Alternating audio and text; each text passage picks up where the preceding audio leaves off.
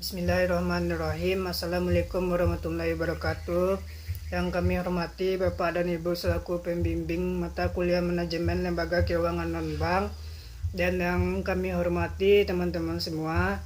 Kami dari kelompok 12 akan mempresentasikan makalah kami yang berjudul tentang DSN, DPS, dan DK.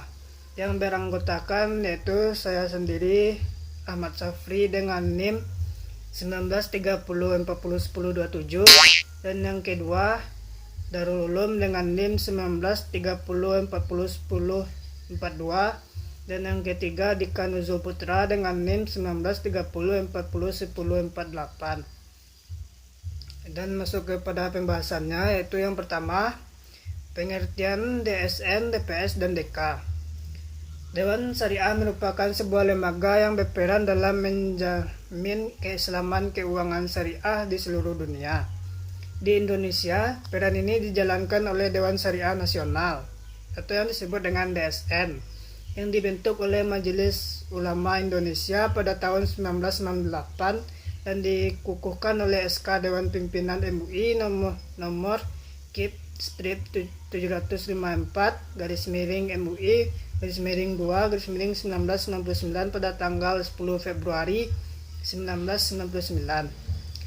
DSN membantu pihak terkait seperti Departemen Keuangan Bank Indonesia dan lain-lain dalam menyusun peraturan ketentuan untuk lembaga keuangan syariah. Anggota DSN terdiri dari para ulama praktisi dan para pakar dalam bidang yang terkait. Dengan muamalah syariah, mereka ditunjuk dan diangkat oleh MUI dengan masa bakti sama dengan periode masa bakti pengurus MUI pusat, yaitu 5 tahun. Dalam melaksanakan kegiatannya di lapangan, Dewan Syariah Nasional dibantu oleh Dewan Pengawas Syariah atau yang biasa disebut dengan DPS. Berdasarkan surat keputusan DSN nomor 3 tahun 2000 dijelaskan bahwa Dewan Pengawas Syariah DPS adalah bagian dari lembaga keuangan syariah yang bersangkutan, di mana penempatannya atas persetujuan DSN. Hubungan DPS dengan perangkat lembaga yang diawasinya memiliki jalur koordinasi dalam struktur kepengurusan lembaga keuangan yang berbasis syariah. Maka DPS memiliki posisi sejajar dengan Dewan Komisaris. Persyaratan utama anggota Dewan Pengawas Syariah adalah mereka harus memiliki kemampuan di bidang hukum muamalah, hukum ekonomi, dan perbankan. Selain itu, anggota DPS juga wajib memenuhi persyaratan sebagai berikut, yaitu yang pertama, integritas. Integritas berkaitan dengan kepribadian calon anggota.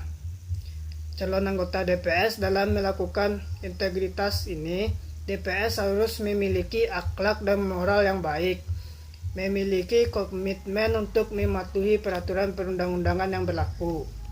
Dan yang kedua yaitu kompetensi. Anggota DPS yang memenuhi persyaratan kompetensi merupakan pihak-pihak yang memiliki pengetahuan dan pengalaman di bidang syariah muamalah dan pengetahuan di bidang perbankan serta pengetahuan di bidang keuangan secara umum. Dan yang ketiga yaitu reputasi keuangan. Sedangkan anggota DPS yang memenuhi persyaratan reputasi keuangan adalah pihak-pihak yang tidak termasuk dalam kredit pembiayaan macet atau tidak pernah dinyatakan bersalah menyebabkan suatu perseroan dinyatakan violet dalam waktu 5 tahun sebelum dicalonkan. Sekian presentasi dari saya dan selanjutnya akan dilanjutkan oleh teman saya. Sekian, terima kasih. B. Tugas dan wewenang DSN, DPS, dan DK. A. Dewan Syariah Nasional atau DSN. Tugasnya ialah 1. Menumbuh kembangkan penerapan nilai-nilai syariah dalam kegiatan perekonomian pada umumnya dan sektor keuangan pada khususnya, termasuk usaha bank, asuransi, dan reksadana. 2. Mengeluarkan fatwa atas produk dan jasa keuangan syariah. Wewenangnya ialah 1. mengeluarkan fatwa yang mengikat DPS pada masing-masing lembaga keuangan syariah dan menjadi dasar tindakan hukum pihak terkait. 2. Mengeluarkan fatwa yang menjadi landasan bagi ketentuan atau peraturan yang dikeluarkan oleh instansi yang berwenang seperti Departemen Keuangan dan BI. 3. Memberikan rekomendasi dan mencabut rekomendasi nama-nama yang akan duduk sebagai DPS pada suatu lembaga keuangan syariah. 4. Menggunakan dan para ahli untuk menjelaskan suatu masalah yang diperlukan dalam pembahasan ekonomi syariah termasuk otoritas moneter atau lembaga keuangan dalam dan luar negeri.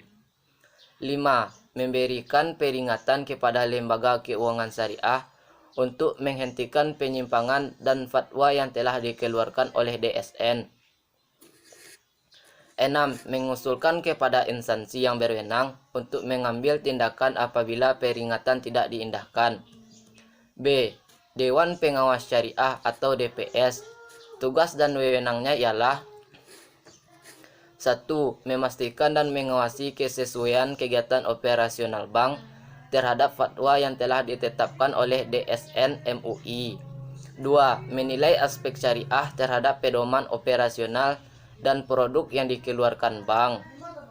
3. Memberikan opini dan aspek syariah terhadap pelaksanaan operasional bank secara keseluruhan dan laporan publikasi bank. 4. Mengkaji produk dan jasa baru yang belum ada fatwa untuk dimintakan fatwa kepada DSN MUI. 6.